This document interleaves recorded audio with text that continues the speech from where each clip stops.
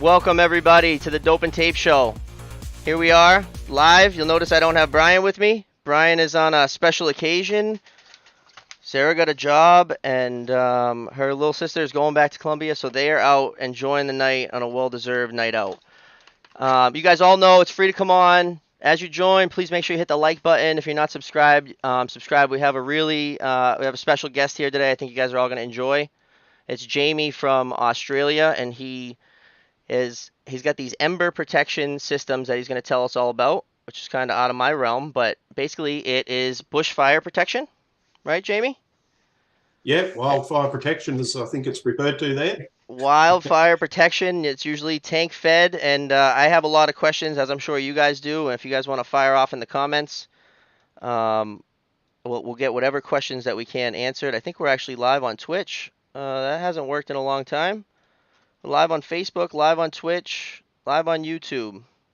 Share the video, invite your friends. All right, so Jamie from Australia, the owner and founder of Platypus Fire Protection, Fire Sprinklers? Yep, the platypus sprinkler and controller. Yep. Platypus Sprinkler and Controller. Well, welcome to the show. We appreciate you coming on. Thank you. That's great. Been looking forward to it. Really good. Awesome. Yeah, I'm super excited. So whereabouts in Australia? Yep. So I'm based in a little town of Trafalgar. Gippsland's the area. We're about an hour and a half east of Melbourne, the capital of Victoria. So yeah, heading about a month off, coming into summer of what's all looking like a really bad bushfire season ahead of us. Oh, it's ahead of you guys. Yeah, we're about a month out at the moment, but as we were just saying before, there's in New South Wales, so north of us, there's been already some bushfires earlier this week. They've been since brought under control, but that's quite early for the season. Typically, it would be more around certainly October into November. So it's all shaping up to be what they're predicting. Oh boy. And you're there to help protect the homes and businesses. Yeah. So we had Black Saturday a bit over 10 years ago here with the last, I guess, I say that loosely, but a fairly bad bushfire event. And water pumps is my background, so water pumps for farm, rural homes and industry. People came out of those fires looking to install sprinkler systems, and really the only products that were available on the market, were just like domestic impact sprinklers and pop-up sprinklers and that sort of thing. There was not many products that were really purposely designed for bushfire protection. So based on that, I thought a great idea. I'd head down the path of designing my own sprinkler head. So looked at what was available and came up with what's known as the platypus sprinkler. And this sprinkler really, the key things I always say to people is it sprays the water out and down, not high up into the air. And it puts out droplets of water like rain. So you don't want to create mist in this sort of situation because, there's obviously high winds involved in bushfires and mist is blown away or evaporates. So you want that water to be less wind affected. And you want to spray it out and down because you want it to be on the building that it's installed on. I looked at some systems back before I started, and typically they were impact sprinklers mounted along the ridge line of the house.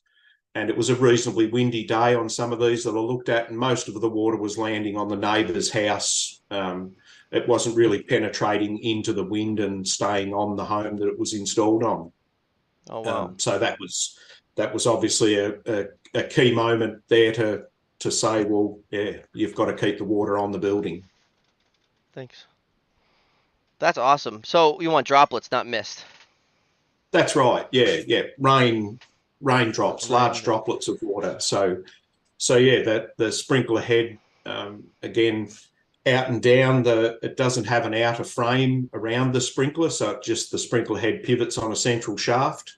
So again, some sprinklers, butterfly sprinklers, some people may know them as, they have an outer support frame. So every time the stream of water passes that, it breaks it up into smaller drops, and that's in my mind when it all starts to go or fall apart. And That so, said, there are plenty of videos and things people can look up about how effective standard butterfly sprinklers and or impact sprinklers have been. So I say to anybody, doing something is better than nothing. But yeah, properly installed systems are clearly more effective than just throwing sprinklers here, there, and everywhere around a building. so is there some kind of activation device, or is it manual activation? Yeah, so we it can be manual, but we developed a controller, the platypus controller, and that turns the system on based on an ambient air temperature. So you set a trigger temperature in the controller, and when it senses an ambient temperature equal or above that, then it turns the system on. So it would start the diesel pump up, or it might open a solenoid valve, to activate the water supply to the system. And then we have what's called these run and pause cycles. So you might set the controller to run for 5 minutes and pause for 10. At the end of that 10-minute pause, if the ambient temperature is still high, then it runs through another cycle of 5 minutes on. You can set that to whatever you choose to set it at. And usually that's relative to your available water supply, your fuel supply in your engine. You're trying to maximize all those things. So in the industry here in Australia, in commercial fire sprinkler systems, 2 hours of water storage, so continual water storage to allow for 2 hours runtime. So with the controller, let's say you're running 5 minutes on, 10 minutes off, that's only 4 cycles per hour, so 20 minutes per hour. So then you're extending that runtime out to effectively 6 hours through that run and pause. So yeah, that controller can be activated through a SMS or via an SMS from your phone. I say to people, the phone is more about getting the information. So if you've put a SIM card in the controller, it will be sending you messages and telling you that it's running or pause, what state it's in, as long as the network is there, because typically, as we all know, the mobile network is one of the first things that drops out. And mains power usually drops out, hence the reason we would typically be using a diesel-driven pump. So the controller will continue to operate without the mobile network. It's not relying on the network to do what it's got to do, but it'll be attempting to send messages, but you won't get it. And should your mains power drop out, then it will run off the engine battery. So it's standalone at that point. So they all mostly have a diesel fire pump. Is it a fire pump? Diesel's very common here in Australia. We have done some work recently with starting automatic operation of a fuel injected Honda engine. But over here, petrol engines, there's been some bad situations happen. The petrol, the unleaded fuel, loses its spark after sort of 3 months sitting idle in an engine. Evaporation can happen. So the reliability of petrol as a fuel source is not great in a fire situation. There's obviously the flashpoint of super or unleaded fuel versus diesel. So diesel is seen to be a safer fuel to be handling, in heat and in that bushfire or wildfire situation. So diesel is just a more reliable engine. And so is this like a little house, like a little hut you put out in the backyard? Yeah, so sometimes, depending on the size of the pump set, there are some little small enclosures that we mount them in, up to, little small sheds of appropriate size. Typically, they're air-cooled diesel engines, so just ensuring that the engine's got good ventilation and airflow into it, that it's not breathing or drawing in its own hot air and or its own exhaust gases. So just important to have those sorts of things as part of the setup for it. And what's the typical GPM? Or I would say that the typical, so probably looking at around about the 60 to 100 GPM, depending on the number of sprinklers. okay. Yep. And that's It's got a tank. How big's the tank? the diesel fuel tank. No, like the water tank. It's off a water Yeah, tank, right? yeah. So again, storage tanks typically for most domestic situations probably ranges from about the 5 to 10,000 gallon mark. 5 to 7 is probably most common, but we're doing more larger properties now where they're up around the 45,000 gallons and larger.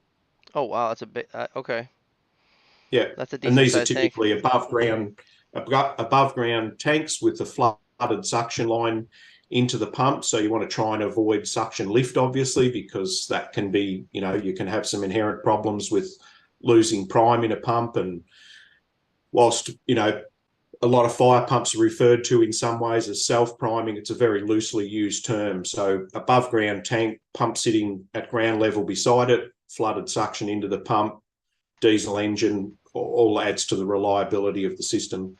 Oh wow, that's pretty cool. And so, does the piping network go through the home, or is it on the outside of the home?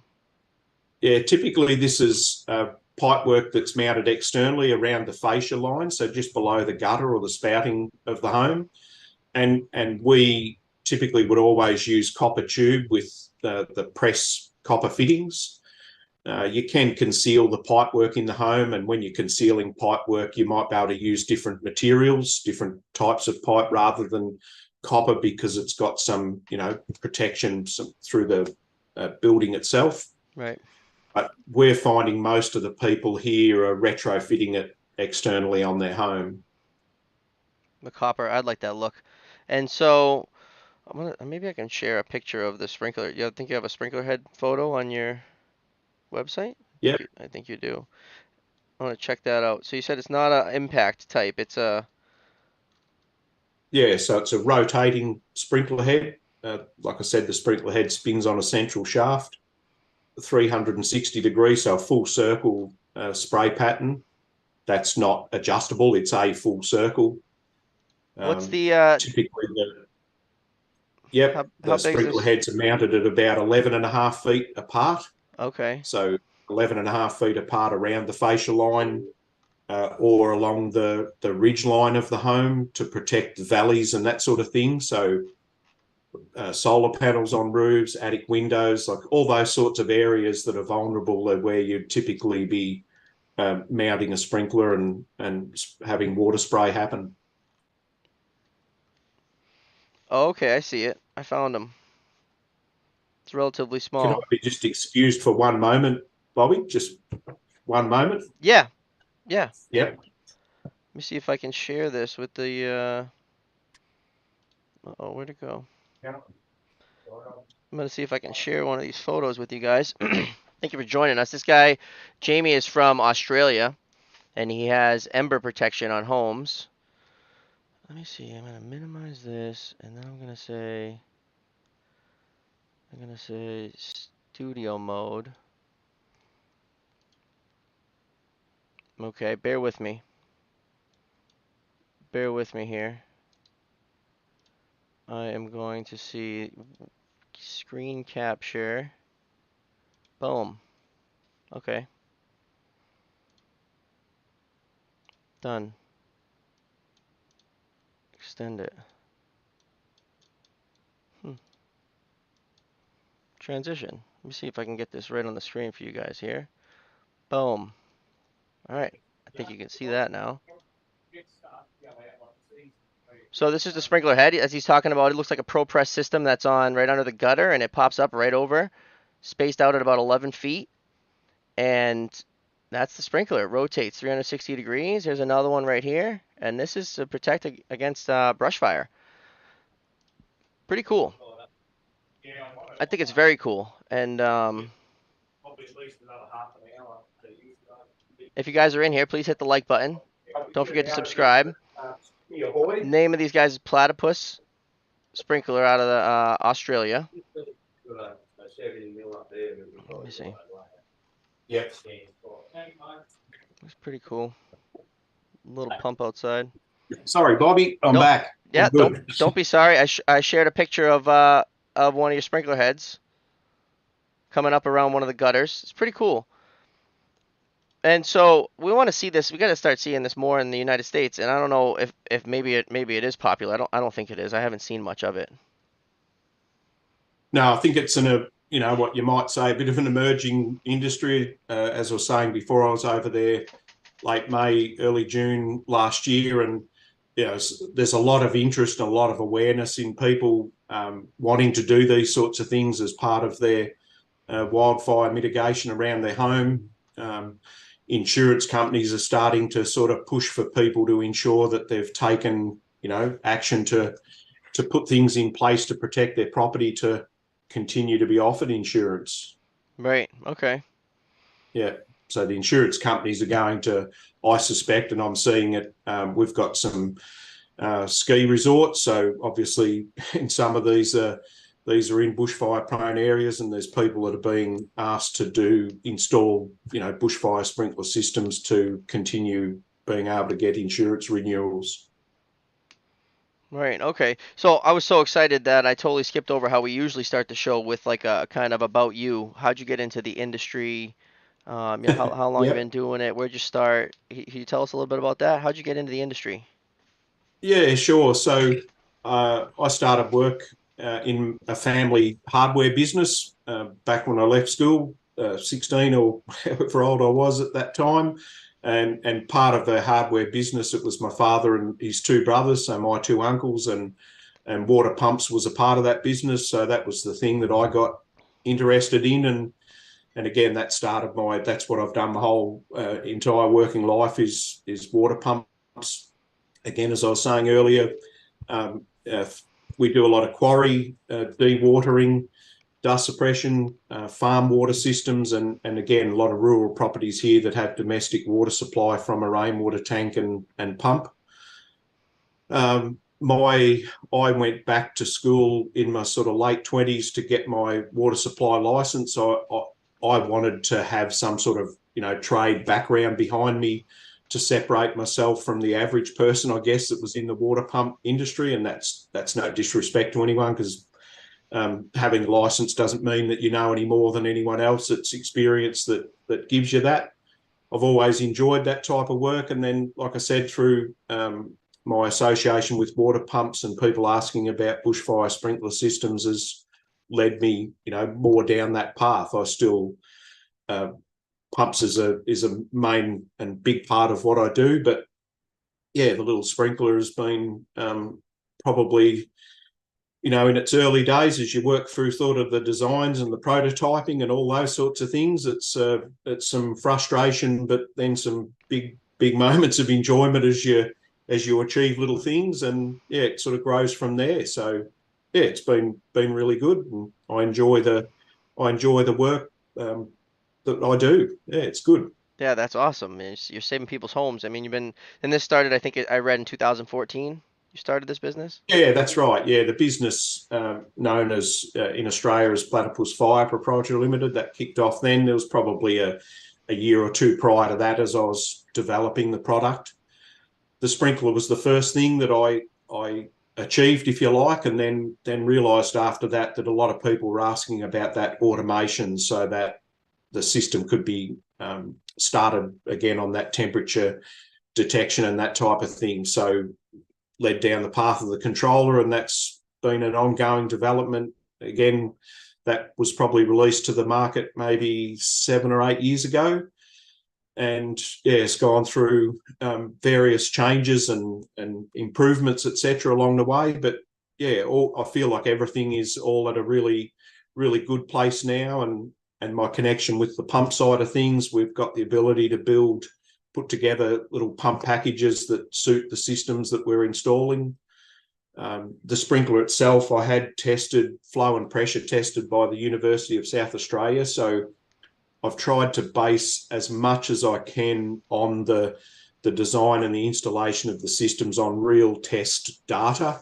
It's not like I've just taken a sprinkler out on a bit of dry concrete and turned it on and measured circles. I've been able to determine proper flow rates and the optimum operating point of the sprinkler. So yeah, and through that testing again, identify that point where it's creating more mist versus those larger droplets of water. Right. So have you? So is the head? Has the sprinkler head itself had like a maybe say a generation one and a generation two, or did you? Yeah, I would say that it's probably there's been certainly 4 generations of the sprinkler head through access to different bearing materials, testing along the way about the types of bearing material that's used. Certainly been some really good gains made there to the product that we currently use, that we get machined up. Been a few little improvements to the sprinkler head, the way that it clips onto the bearing, the way it's retained on the shaft. And yeah, there's some more things happening at the moment with further development and redesign and testing of the head. I've had various little 3D prototypes printed over the last sort of year to do testing, which has been fantastic, because when I started, as ignorant as I was, 3D printing was available, but I went down probably a more expensive path during the development of the head itself. So we'll continue to make improvements as we see those along the way. Right. This is amazing. This is like I was telling you before we started. We don't really see much of this. I haven't really seen much of this or heard much of it. Actually, my partner would probably be pissed if I didn't ask about the inspection aspect of it. Yeah, yeah. So in Australia here, there's a bushfire standard that I think was written, maybe it was 10 towards 15 years ago. I'm sorry, I can't remember that exactly, but that bushfire standard is probably really needing to be updated, because it was really an adaptation of commercial sprinkler systems. And when you're talking about installing sprinklers inside buildings versus outside, it really is, in my mind, certainly a different approach that you need to take to it. I've just had a report, an independent report written to put the sprinkler system forward as a performance-based solution for new and existing homes. So again, to try and help people be able to, so builders and architects and the like, to be able to, they want to be able to read and see a document that, explains, I guess, the technical aspect of it and how suitable it is to, what they're thinking of installing it on. So I imagine down the track there will be more happen as far as, inspection and everything. We encourage everybody to do annual maintenance. As I'm sure you would know, you can't install any type of sprinkler system without maintenance on, the sprinkler head itself and the pipe work and the pump and, the controller in our case, but all that associated equipment, engine batteries and things. We would typically measure the operating pressure at the most disadvantaged sprinkler on an installation, so that we know that at that point it's getting the right pressure everywhere, so that we again are trying to base as much of what we do on real information and checking. It's not like just fire it up and walk away and watch it happen. That in itself is often a really exciting moment, but Right. yeah, we're trying to sort of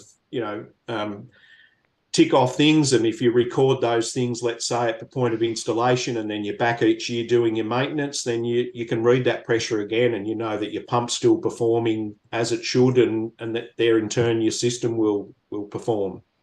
The sprinkler heads are one part of it, and they're probably seen as an important part, but there's a lot of other equipment, as I just mentioned, that make it up. So you've got to be sure that everything's working as it was originally intended to.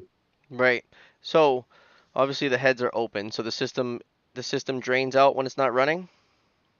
Yeah, that's right. Yeah, it doesn't sit under pressure like you would be, say, familiar with in commercial sprinkler systems, where they have a glass fuse, let's say, that blows and triggers the temperature.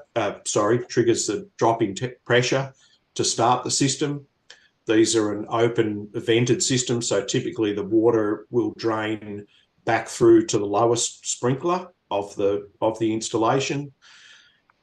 We would also set up little sprays or little vents that would drain the system to help winterize it, so to prevent freezing.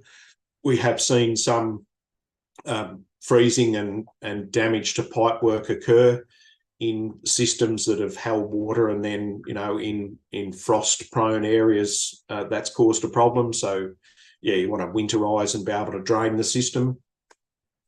There's line strainers put in to ensure that you're not pumping any debris through the pipework to the sprinkler head. Again, as I mentioned earlier, we use copper pipe rather than, say, galvanized pipe, and because of the type of system that it is, if the gal pipe sits there and the water drains back out of a majority of it, then you'll get some corrosion happening inside the pipe, like oxidization. You'll get bits of the gal come off and potentially block sprinkler heads and that type of thing. Dirty water, can be a problem. So, I think copper tube really ticks a lot of boxes as far as that goes in the best type of pipe work. Some people have used PVC exposed externally, and again, you can sort of look online, and there's some videos showing people right in the moment of an intense bushfire or wildfire, and their home has survived with PVC pipe work. But the point you'd have to operate your system would be at a much lower temperature, in my mind, than you might with copper tube, let's say. And I haven't got my head around the conversion from Celsius to Fahrenheit. Great, but I think typically over there about 110 or 120 Fahrenheit would be a trigger temperature point. So, you want to ensure that if you've got temperatures higher than that around your home and you haven't activated your bushfire plan, then you're seriously starting to get into trouble. Yeah, that'd be really hot. I mean, there's some places out west that get to that temperature just during the day, out in like Death Valley and some parts of Yeah, California and Vegas. yep, yep. So this is all about your first line of defense, if you like, wetting everything down, cooling the area, and removing the ignition source for embers that tend to be the first problem in a fire. So the embers are being blown well ahead of the actual fire front. And if you're not, wetting everything down, then those embers will land on roofs, enter vents, all sorts of things, and then you're behind the 8 ball. So let me see. Is it ProPress? Is it ProPress right to the end? No, I see some threads on there. So do you put sealant on those threads, or there's no threads? Yeah, yeah. So typically here we're just using Teflon tape, but the inlet thread to the sprinkler itself is 1/2 inch BSP or 1/2 inch NPT. Yep. Okay. So you could use a thread sealant, but and typically we're operating these systems at around about 50 to 70 psi. So there's not really the need for say some of the high pressure sealants that you might typically be Right, and it's using or open familiar system. with. So you said, Yeah, what'd you say first before NPT? VST? BSP, British Standard Pipe Thread, is what British that standard. 1/2 inch. Yeah, And that's is what that the same it's as known as here. NPT? Yeah, it's very close. The thread certainly screws on to the American equivalent to that. I believe 1/2 inch BSP and NPT are very similar to each other. Once you change size either side of that, our fittings between Australia and the US are not compatible Oh, okay. That's in the pretty cool. water industry anyway. I didn't know Yeah. that. Yeah, so this is pretty cool. What kind of ProPress gun are you using? So we started off with the Vega brand of fittings and gun, but there's some other proprietary brands now. We've just changed over to an Ostworld, is a brand of fitting here in Australia. Rothenberger is another brand of crimp equipment that we have. So thankfully these days here, that all the manufacturers will, the good ones, the ones that I'm most aware of, will all guarantee the fittings. You don't have to use the same brand of crimp tool as the same fitting that you're using. Let's say they now are all, it's the Compatible. same jaw. You can't interchange the jaws between the machines, of course. They've made that cunning so that we have to buy different tools. But I'm sure you suffer and see that same problem there. Oh yeah. Yes, things can go obsolete so quickly. Yeah, that's right. Yeah, yeah. We don't But it's a see. really neat system. Really, the crimp fittings, or the ProPress as you know them, that's I think the Vega one, or Vega, however you pronounce it there. But it's a they're more they're a more expensive fitting to buy than the common silver solder or welded copper fitting, but the speed of installation, the time saving in your labour, and just the how neat they come together and how neat they look is just really nice. Yeah, it looks Yeah, great. It looks great. The one that I shared for everybody to see. And yeah, you're bending that soft copper yourself? yeah. The little what we call that copper, the fascia offset that comes up around the spouting. Yeah, we have a little half-inch pipe bender that we've modified, set up a jig on so that we can pump Look, those out. so each one of those is custom. Yeah. You get some different roof lines, some concealed gutters, some larger type profile spouting that or gutters that we can bend that offset differently to suit. We're aiming to get the sprinkler head to sit at about when we're mounting them around the perimeter of the home or around the fascia line. We're aiming for about a 35-degree offset for the sprinkler head. The idea being is it's putting a curtain of water down and around the perimeter of the home, as well as some water back up onto the roof to keep the gutters wet, because clearly the gutters are typically where that debris accumulates and then the embers will start to cause a problem. So that little offset, and you're spraying down that curtain of water so that then any water that's, as that water's falling down, it's being blown back against the building itself. You might put, if there's large deck or patio areas, again, anywhere that embers can blow in underneath, so the sprinkler can be mounted inverted or upside down, that can be installed under deck areas to wet the area underneath those. It's usually a given when you go to a property and you take a look at it that you can see leaves and debris sitting in the gutters, or the valleys of the home and around the home. So that's straight away you're identifying your target areas for where you're wanting to put the sprinklers. Oh, that makes sense. So it's you're kind of like setting the tone on where to put these things. Like they're gonna base the code off of you guys. Well, I'd like to think that, but the other thing is that, I think what really this, again, as this industry continues to grow, there'll be more people and that will get involved in it, and good will come out of all of that as people, identify the good and the bad, the pros and the cons about where and how you install these types of systems. Right. And so you guys should go to NFPA. Yeah, yeah, It's in yeah. Orlando. Need to It's talk in to. Orlando, obviously United States. It's in Florida, Yeah, and it's in June. I think that you guys would be a hit there. Be able to yeah, get your the word and your name out to the United yeah. States.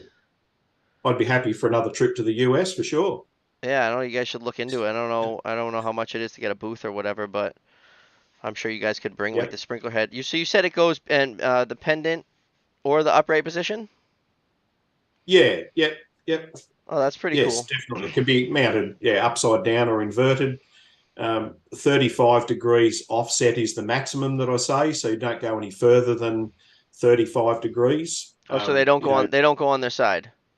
No, you wouldn't mount them on their side through um, probably really the spray pattern as much as anything, and yeah, I don't think there'd be many installations where you'd really be wanting to mount them on their side or horizontal as such. Right. Again, that the way that they're mounted has a real connection to that curtain of water that I keep referring to, and that spray pattern back up onto the roof. And I don't know, I think we were saying that the tanks are generally filled with rainwater, right? Yeah, that's right. So here, water tanks are very commonplace, but they're typically capturing the roof water. So in the case of a bushfire sprinkler system, then you might be recapturing 40 to 60% of your water back through your system again, so through your gutters back into your tank. So again, that extends your available runtime. Oh, that's Um, smart. Size the tank for that 2 hours, minimum runtime, ideally. In some cases, we might put mains water top up into the tank, so as to replenish the tank as the water is drawn down. Systems are not normally ran here in Australia directly from the mains water supply, because in the event of a fire and you get the the fire brigade come to your street and connect the tankers and start drawing water out of the mains hydrants, then the available water pressure in your mains drops and it becomes unknown. So that's why over here having storage tanks is the preferred option, the most common way that it would be done. Oh, okay, that makes sense. So they wouldn't normally have a backflow preventer? Yeah, you would have. I mean, if you're going to have your mains water top up into your tank here, we have to have an air gap, so a minimum air gap to prevent that water being drawn back into the mains. The backflow prevention on rainwater here in Australia is usually what's recognised as low hazard. So people are drinking that water or using that water as their, typical domestic water use. So yeah, the risk of backflow is considered low, but you still have to install your float valve and a low hazard backflow valve to prevent that water being drawn back into the mains. Right.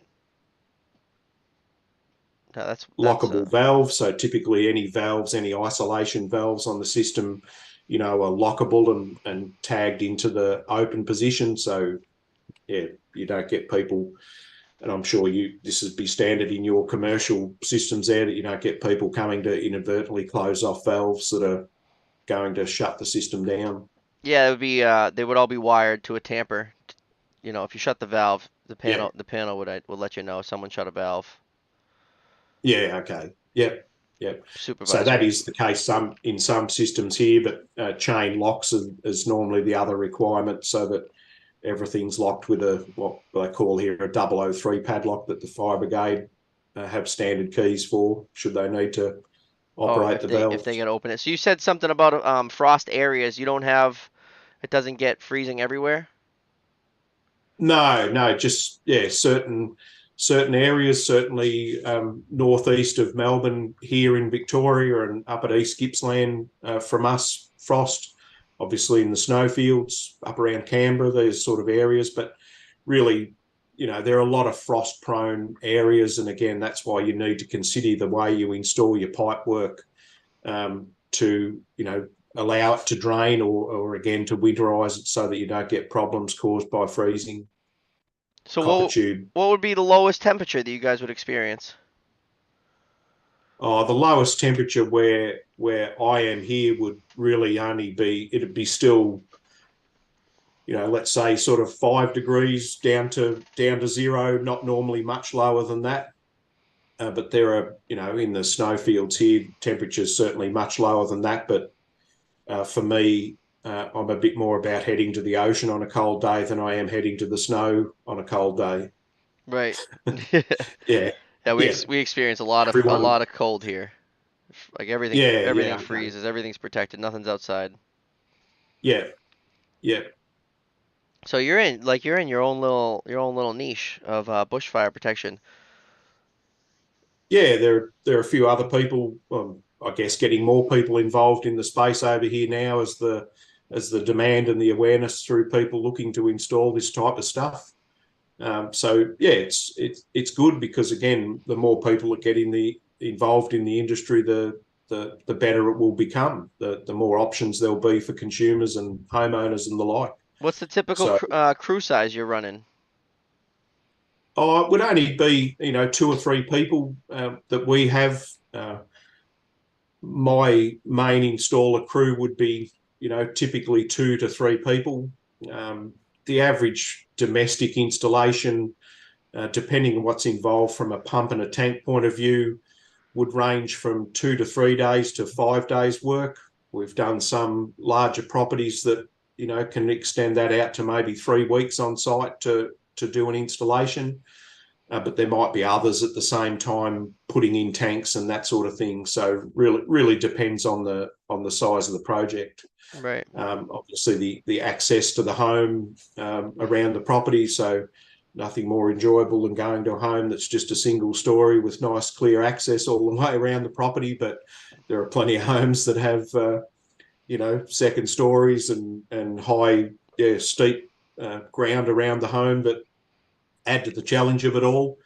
Um, and we're mindful in those cases of installing the pipe work and the sprinklers in a way that makes the installation clearly safe and easy, but then also from a maintenance point of view, you don't want to be installing sprinklers in areas where your access is restricted or dangerous, because you just maintenance is key. You just cannot install these types of systems and not maintain them. Right. Well said on that one for sure. You got to be able to keep the maintenance up and inspecting them and Yeah, yeah, yeah. This is I love this. So are you still and are you still putting it? Are you still installing? yeah. We've got our current workload at the moment is that we're booked out till Christmas time. We would certainly have 3 months of work ahead of us at the moment, which is really exciting, and That's great. that will continue. Yeah, we'll get to a point where we'll be struggling to take on much more work, but I guess I'm trying to become a little bit more active in getting more installers and people involved in it, because we certainly can't be everywhere. We have probably half a dozen installers in various states around the country, but there'll be demand this year for more than what there is even available. So getting installers, getting people that I guess enjoy this type of work or are familiar with pipe work, have a good understanding of flow and pressure and sprinkler head spacing and all that sort of stuff. So, and I'm sure that that's a challenge that Mark over there in the US is having, as he's looking for more installers to get involved in it. But it's really satisfying work. You go to someone's home and you go through the conversations of usually with it's the husband or the man of the home that's driving the need to install a system, and that's not always the case. There are certainly plenty of women who drive it, but you come there to install copper tube around the exterior of their home, and they're very nervous about how that will all look, and it's funny. I had it described the other day as like putting a copper coloured pinstripe around your home, because when you first install the pipe work and it's nice new shiny copper tube, it stands out, but it looks so neat, and it looks neat to when you've ensured that you followed lines, followed the fascia line around the home and followed the ridge line, and it looks really neat. And then the copper tube fades to a bronze type of a color and becomes, in most It cases, blends in.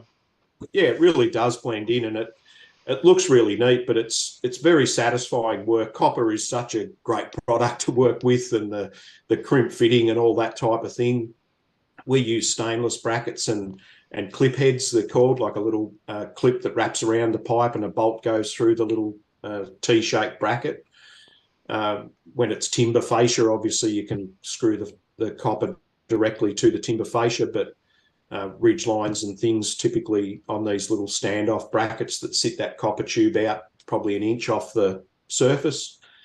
The little copper offset that comes up around the spouting and the way the sprinkler head looks, it looks really neat. And as much as people are concerned about the look, and as an installer, you need to be really mindful and respectful that you're about to put all this expensive pipe work around a person's home. You want it to look neat, but it's also a part of just what, if you're going to install an external sprinkler system on your home, then the pipe work is a part of that, and you can't avoid that. So, there's a level of acceptance about that as well.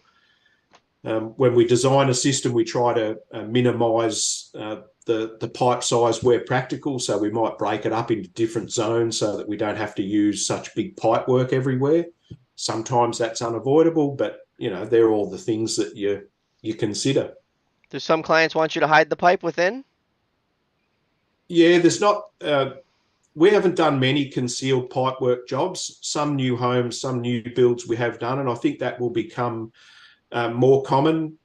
I think in my mind, there's a bit of a trade-off too about the accessibility of the pipe to be able to maintain it. So, having it concealed in a roof space, from an appearance point of view, that's has its merits, obviously, but your pipe work still needs to be installed in a way that at least it's accessible from a maintenance point of view. Should something happen that needs repair or access, and again, through your industry, I'm sure you'd realise that concealing pipe work looks great, but you've got to be able to access it.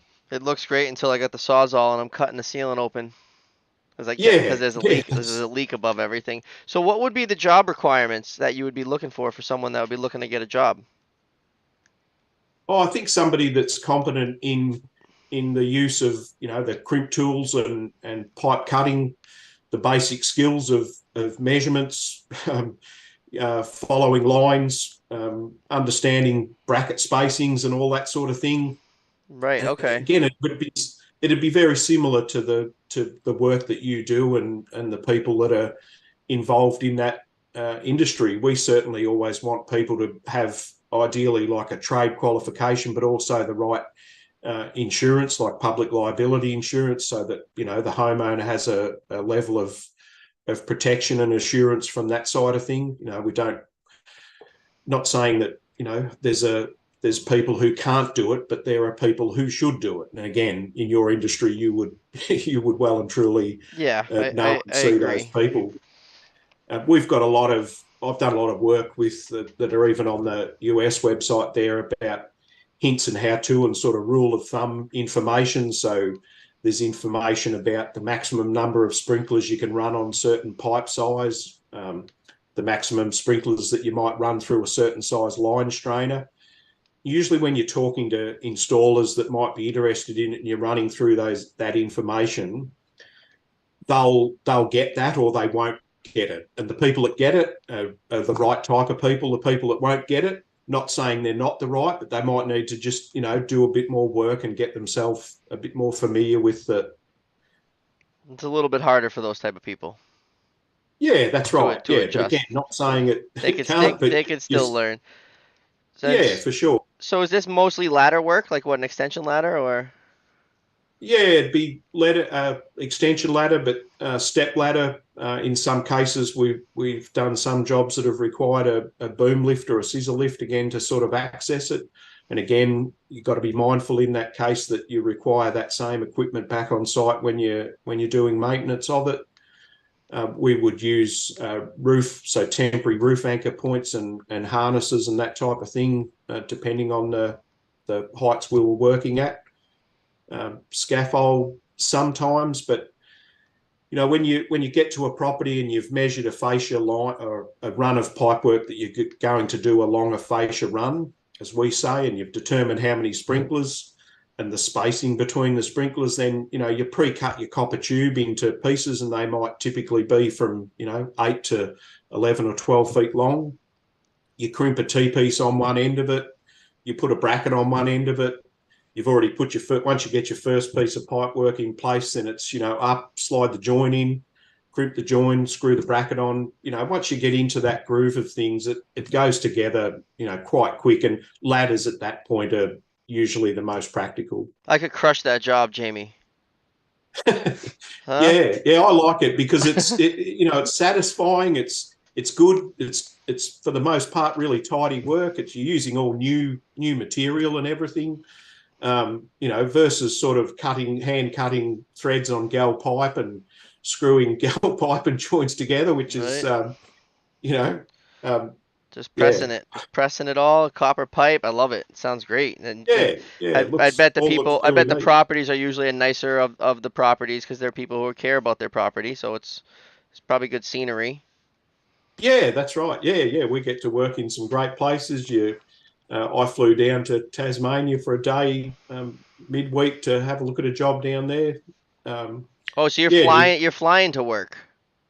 well, yeah, that's maybe not happened enough for me. I'd be pretty happy to, go and have a fly around the place to see different people. But yeah, getting back to what you were saying, like we've met some fantastic people along the way and seen, other parts of the states and the country that we wouldn't normally get to do. So yeah, traveling for work is, it has its ups and downs, but yeah, for the most part, it's really enjoyable.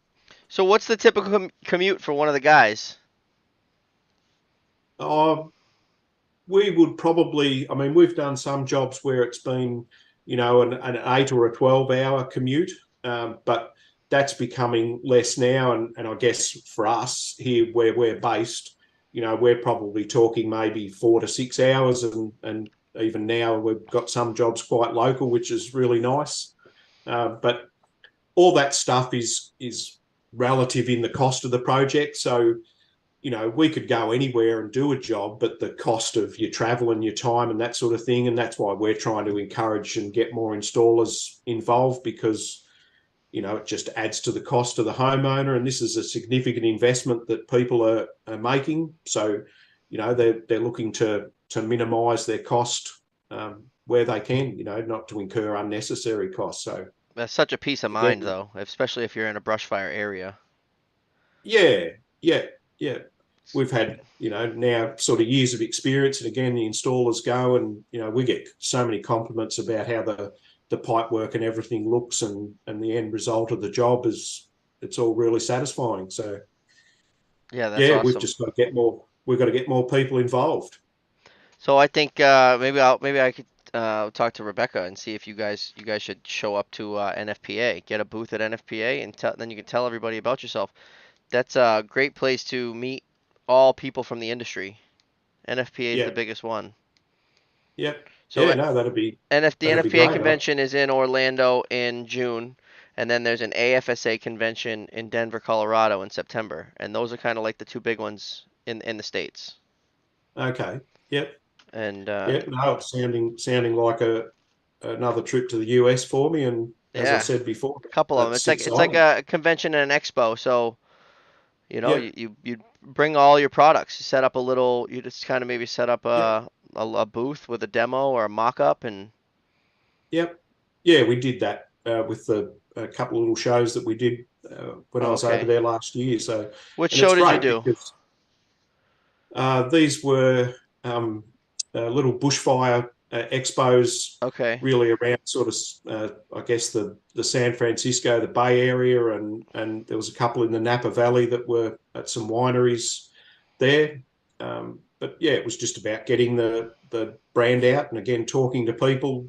It's great. I mean, it's, as you said, these sorts of things are great for people to see hands-on, touch, feel, and look at your products. And yeah, great place to do the meet and greet with people that are interested in your products.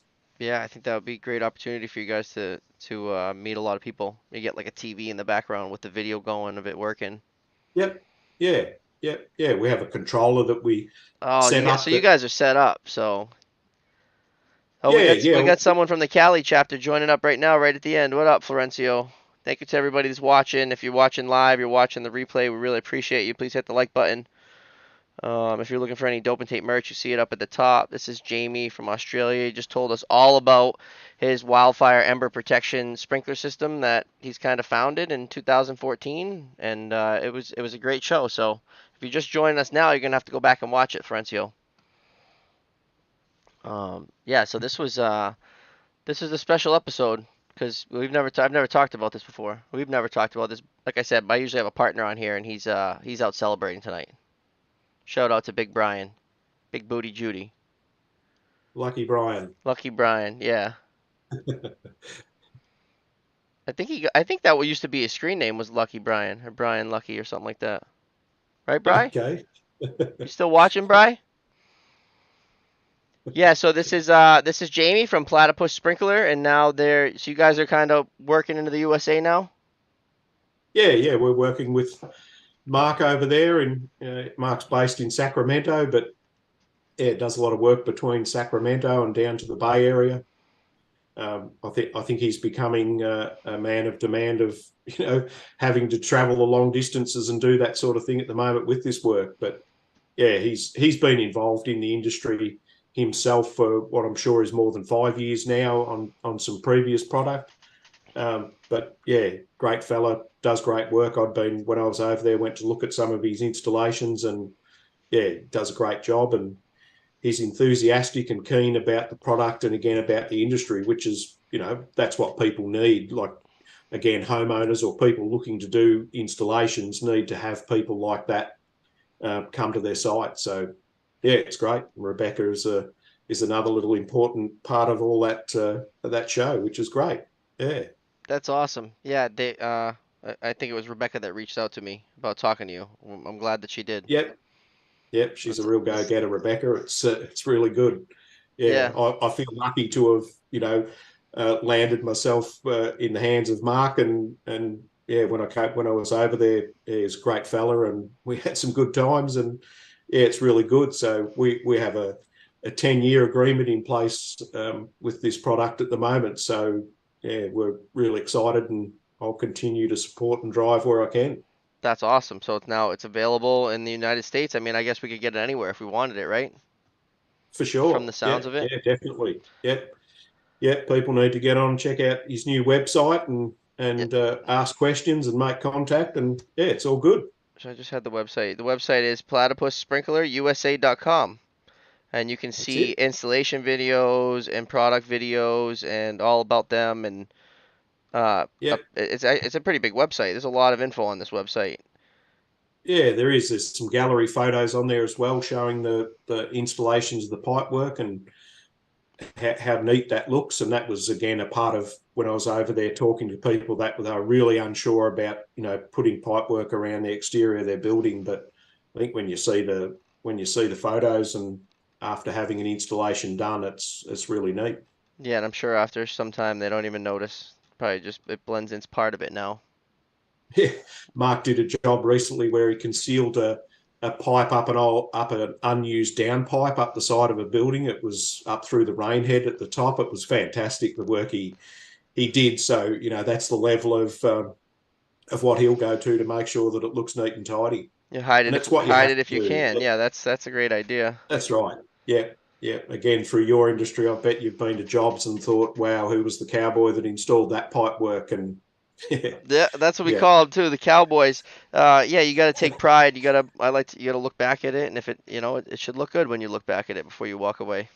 I'm a firm spot believer. on. That's so right. Yeah, yeah. You got to have a bit of satisfaction in your own work, and that's what keeps the customers happy. That's it. Well, this has been great. I had a really good time talking to you. I appreciate you coming on, talking to me, and talking to us. Yeah, thank you. I hope it's been helpful, and yeah, really appreciate you allowing me to get on and have a talk. Yeah, no, we're gonna keep in touch. Whether I get in touch through you, I'll be in touch with you or through Rebecca or whatever, and we'll keep talking. For sure. That's great. Yeah, really good. I'd like to see you guys at one of the next conventions. Yeah, yep, yep. We can talk to Brian and see what sort of questions and thoughts he has about it all next time. Right, awesome. All right, man, I appreciate it. Thank you so much. No problems. All Thank right, you. everybody, thank you for watching.